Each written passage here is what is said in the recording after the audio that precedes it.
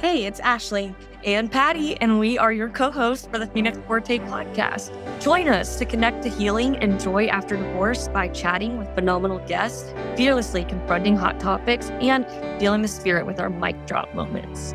So jump into the flames, rise from the ashes, and be strong and loud as you hang out with us here at Phoenix Forte. All right, welcome back, Phoenix Forte listeners. I know Patty and I say this every time, but we're so excited for today's episode. Yes.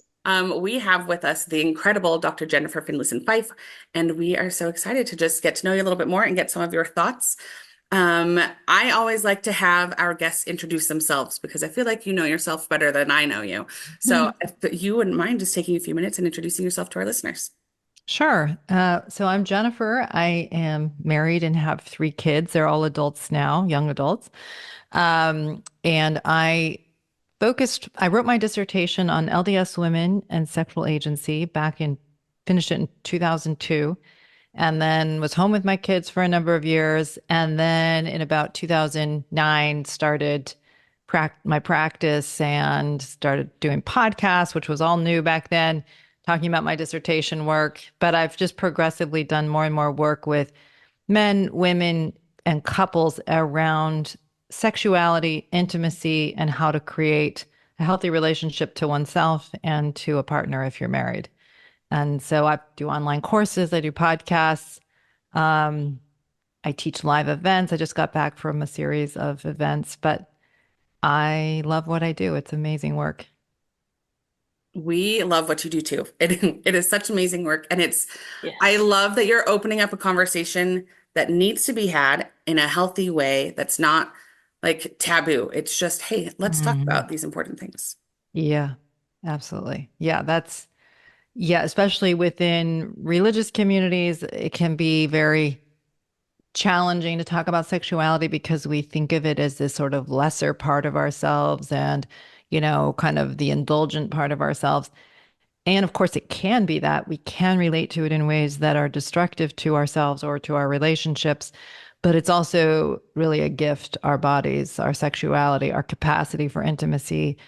And I think very linked to spirituality as well, even though that's not always clear in the way we talk about it. Yes. Yeah. Yeah. In your introduction, I love how you said a healthy relationship with yourself and with your spouse, that there's so much about healthy sexuality that is an awareness of who I am and what I'm doing and how my body feels. 100%. Yes. Yeah, it's very hard to be intimate with anyone, as in let them know who you are and share who you are, if you are in conflict with yourself, which most of us are on some level. Most men and women struggle to be really at peace with themselves, and they kind of hope a relationship will solve it, that person loving them will make them feel good about themselves. And that's a very normal thing to do, but it tends to break down and tends to, create difficulty in a partnership. And so, yeah, learning how to be more at peace, in an honest peace with yourself, is really fundamental to a good partnership. Mm-hmm. Absolutely. Our listeners are divorcees, men and women of a Christian faith. Some of them belong to the Church of Jesus Christ of Latter-day Saints. Some belong to other denominations as well, but we're all Christian based. And our listeners are really curious about, is sexual healing possible after divorce, especially if your divorce was caused by some maybe sexual infidelity and betrayal that happened in the relationship there? So what are your thoughts? Is sexual healing in a primarily abstinent community possible after divorce? Well, I would say it's definitely possible. And I would also say it's not an easy thing to do.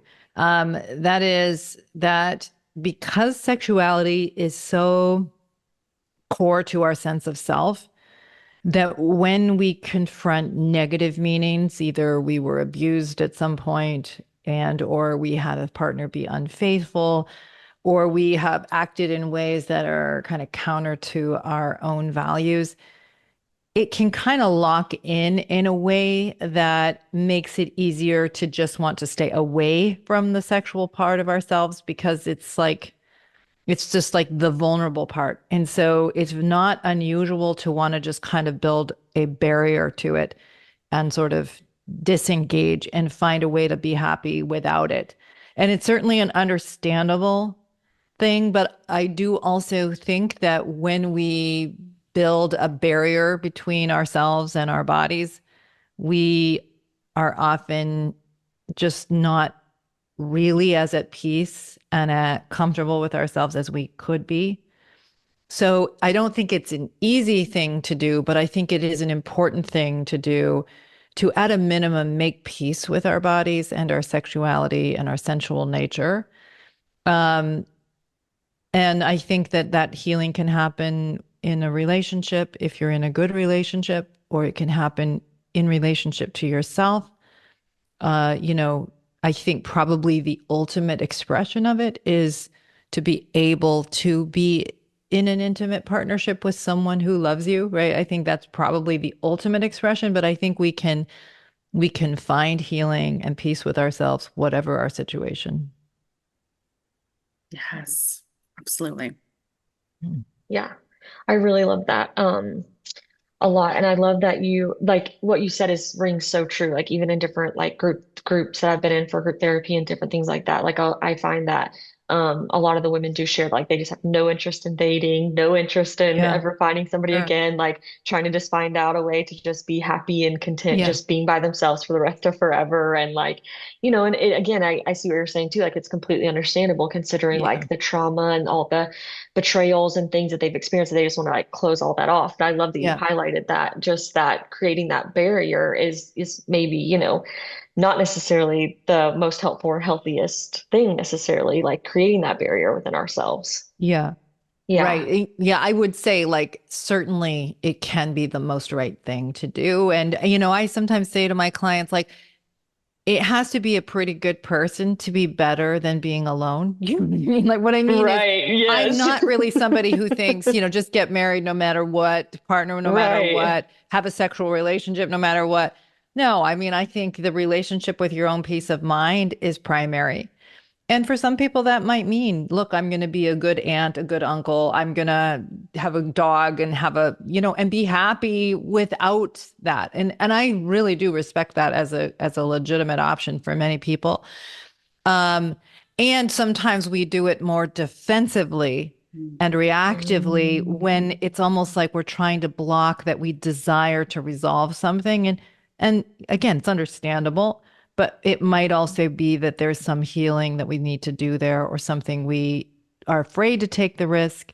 I just read a quote. I don't remember who just was like scrolling through Instagram just now, and it said, often we avoid intimacy because we fear someone doing damage to us, but we also fear them discovering the damage that's been done, that we feel damaged Wow. inside. Yeah. And they're both, understandable human fears.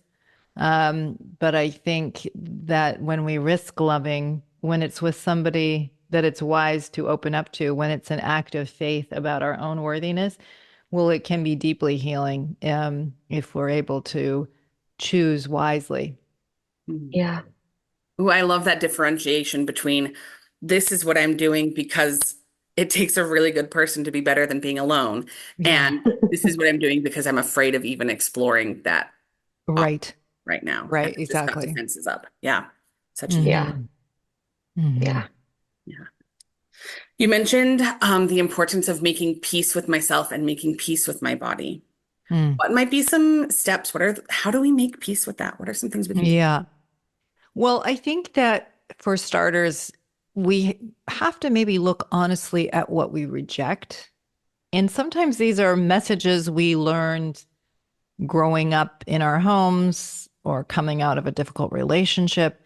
We just inherited false ideas about ourselves that kind of live in our head and haunt us a little bit. We're not good enough, we're not desirable, our sexuality is disgusting, it's a threat, and it's very easy to kind of live in self-rejection, even if we don't acknowledge the self contempt that we feel, right? Like some people handle their contempt by being critical of others.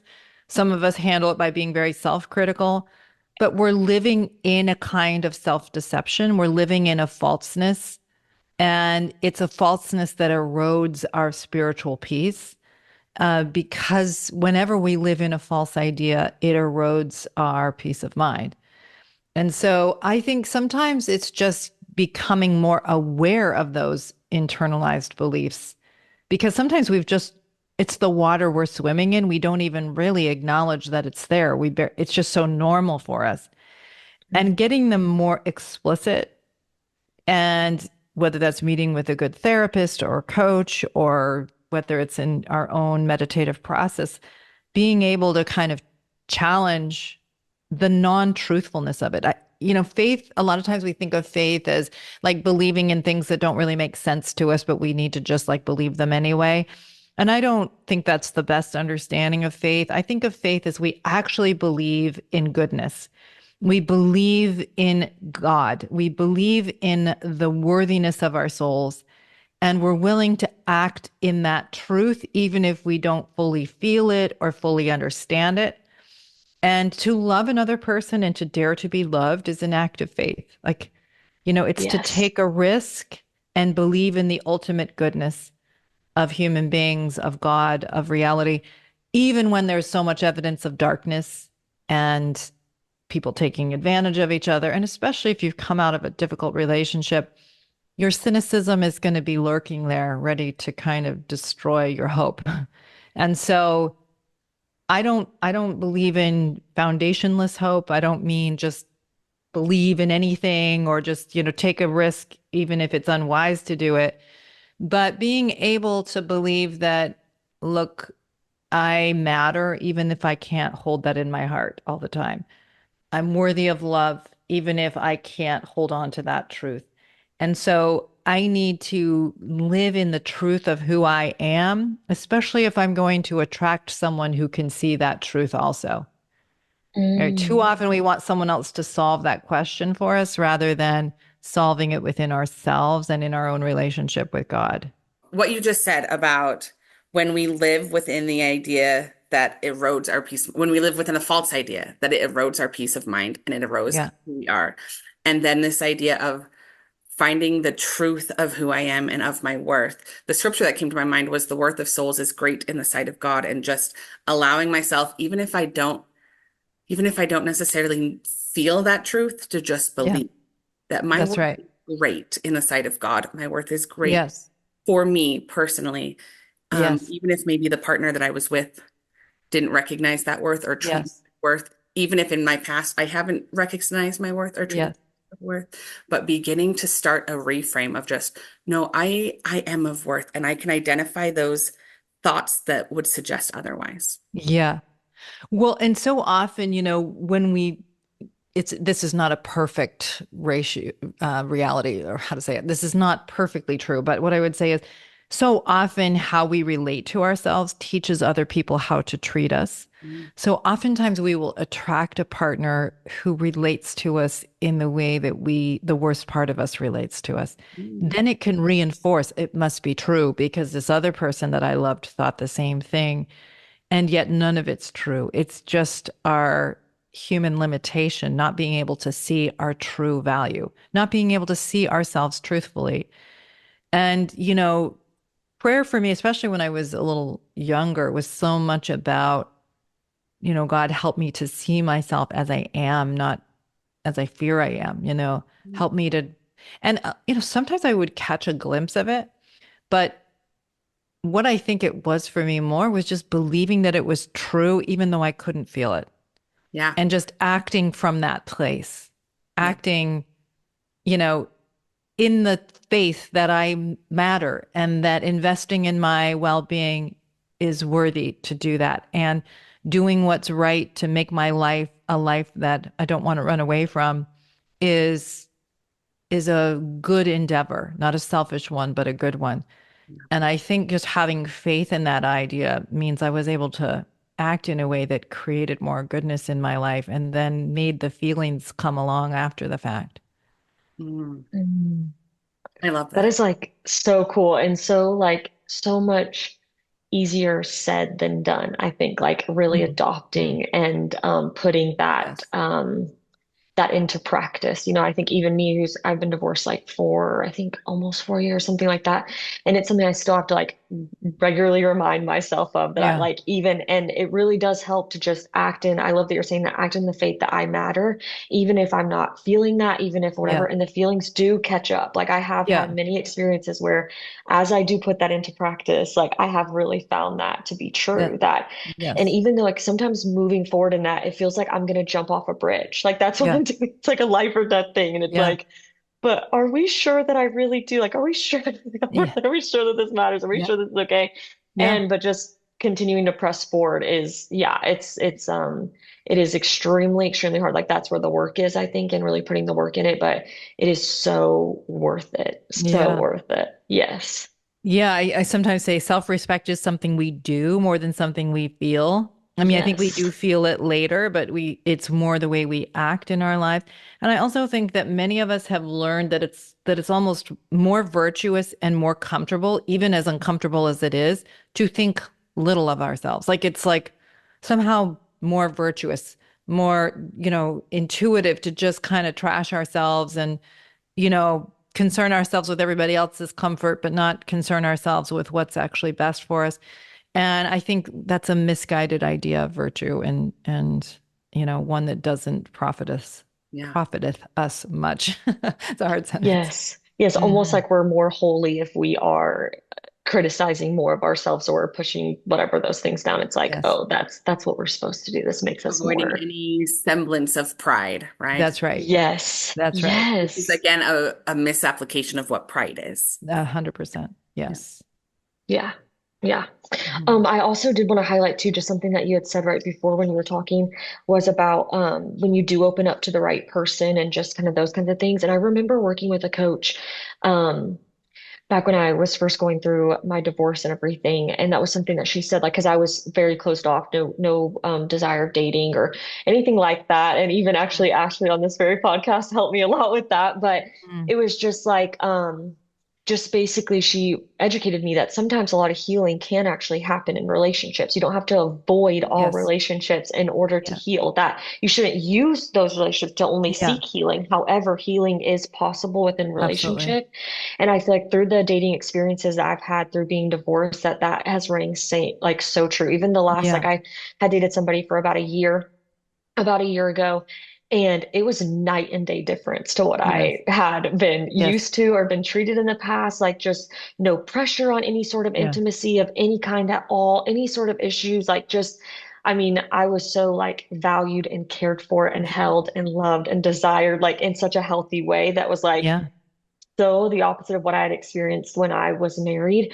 And it was just like so much healing took place in that, Yeah. that like I was really allowed to like be a human being, even in the simplest of Yeah. things. Like I didn't feel like shaving my legs. It's just like, Yeah. if I was a woman, I'd be a really hairy lady all the time because I could never keep up with that. But it's just like just those permissions to just be like, I Yeah. don't have to hold this like perfect little whatever. So, anyways, yeah, I just Yeah, that's wanted right. to Because touch on sometimes that. That people just have a truer view of us than we have. And, we can't rely only on their view. We have to hmm internalize it, but it can really help to see ourselves through another person's eyes, a yeah. person that lives more truthfully, a person that sees more clearly.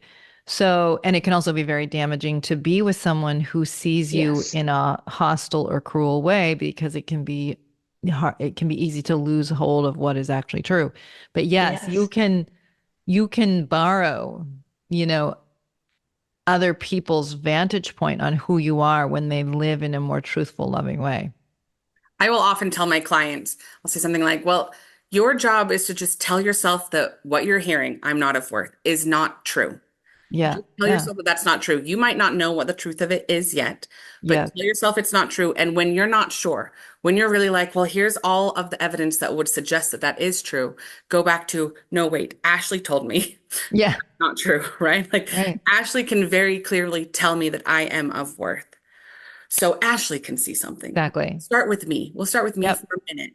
And then we're Yep. going to switch to maybe yourself, Yeah. beginning to see Yeah. it. But so I love that you were just talking about like borrowing that vantage point. Yeah. Sometimes we're Yes. so into our head, we're so into these intrusive Yes. thoughts, or we're so just into a pit that Yes. we don't have that light. We can't see ourselves clearly. And so holding on to, no, this person my parents or my Yeah, best friend, or finding someone who has evidence of truth. We're not going that's to right. hold on to our abusive ex-partners' That's right. perspectives of us, but someone with Exactly. evidence of truth. And if And nothing, that's faith right there. right? And Go it takes courage. It does. It takes courage to Yeah. say, So hard. this person can see me clearly. They have a better view of how God sees me than I do, and I'm going to lean into it, even though it scares me. Yeah. Yeah. But even Yeah. almost hold just like the phrase "I matter" as a Hmm. litmus test when these other things come into my mind, or moving into new relationships, and I don't even know what healthy relationships look like yet because of my experience. Yeah.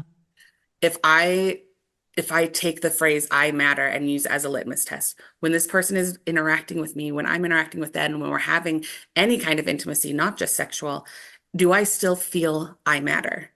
Or am Right. I leaving that situation not feeling that way anymore? When I Right. have this thought come to my Exactly. head, do I still feel I matter?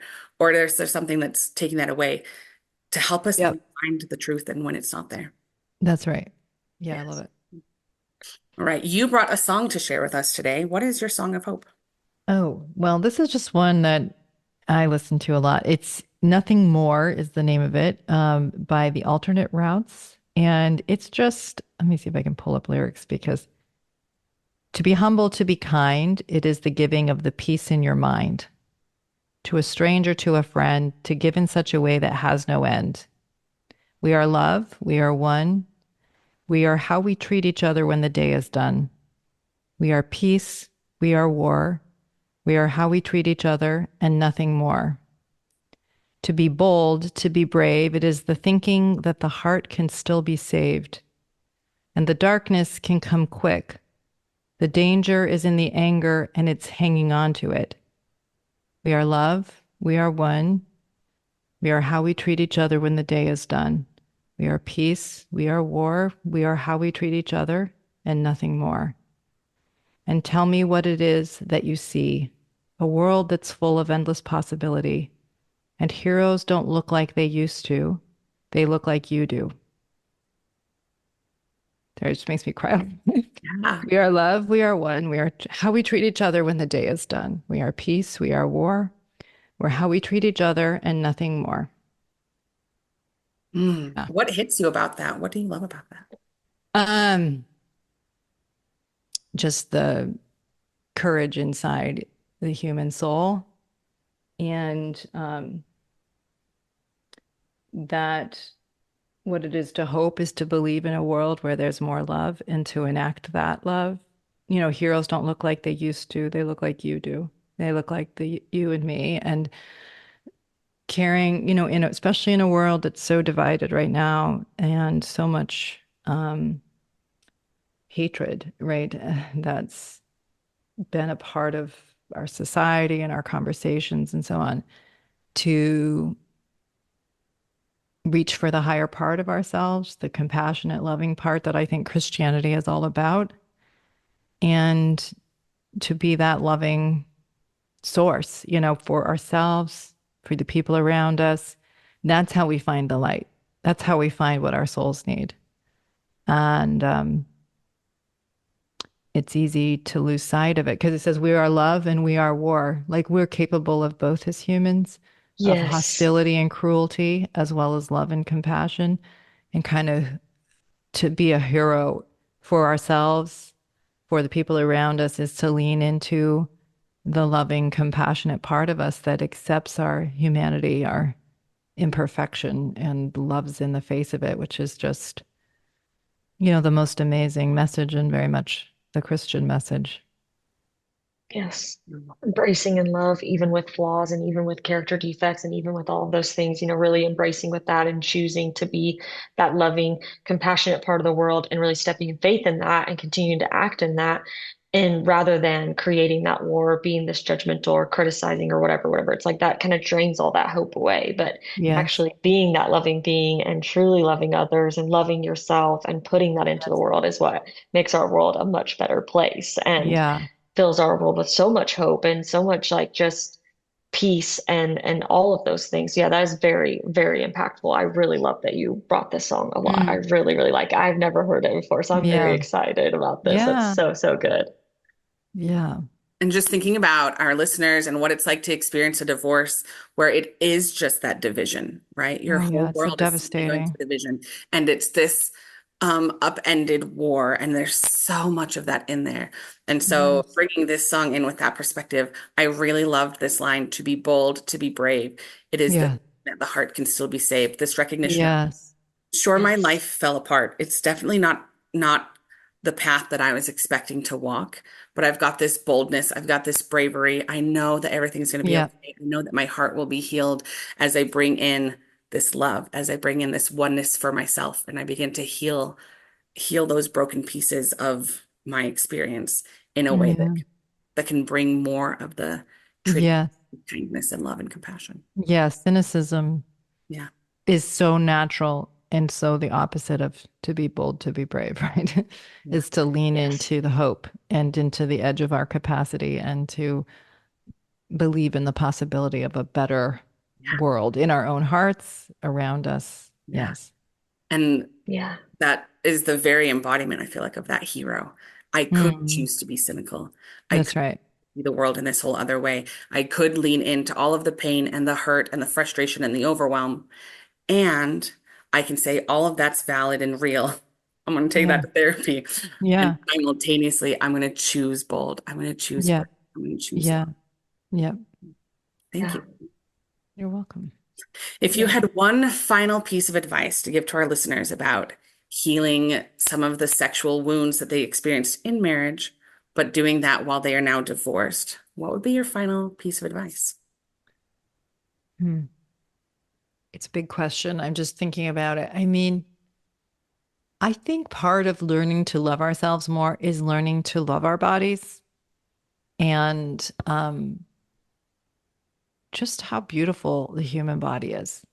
Um, all the things it allows us to do, all that it supports us in. And we're so good at, I think, rejecting the body, either from like a fear of sexuality perspective, but also even just in a non-religious frame of like the body needs to look a certain way. I need to, I have to, I don't know. We just put so much demand on appearance and all of that.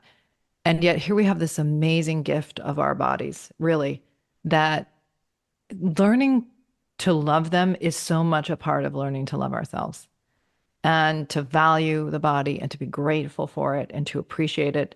So when in the class I teach for women, the art of desire, one of the exercises is to every day take a moment to appreciate the body, either something aesthetic that you value, something pragmatic that you value, but that you take a moment because often the running discourse is, I don't like this, I don't like that, I wish that were different.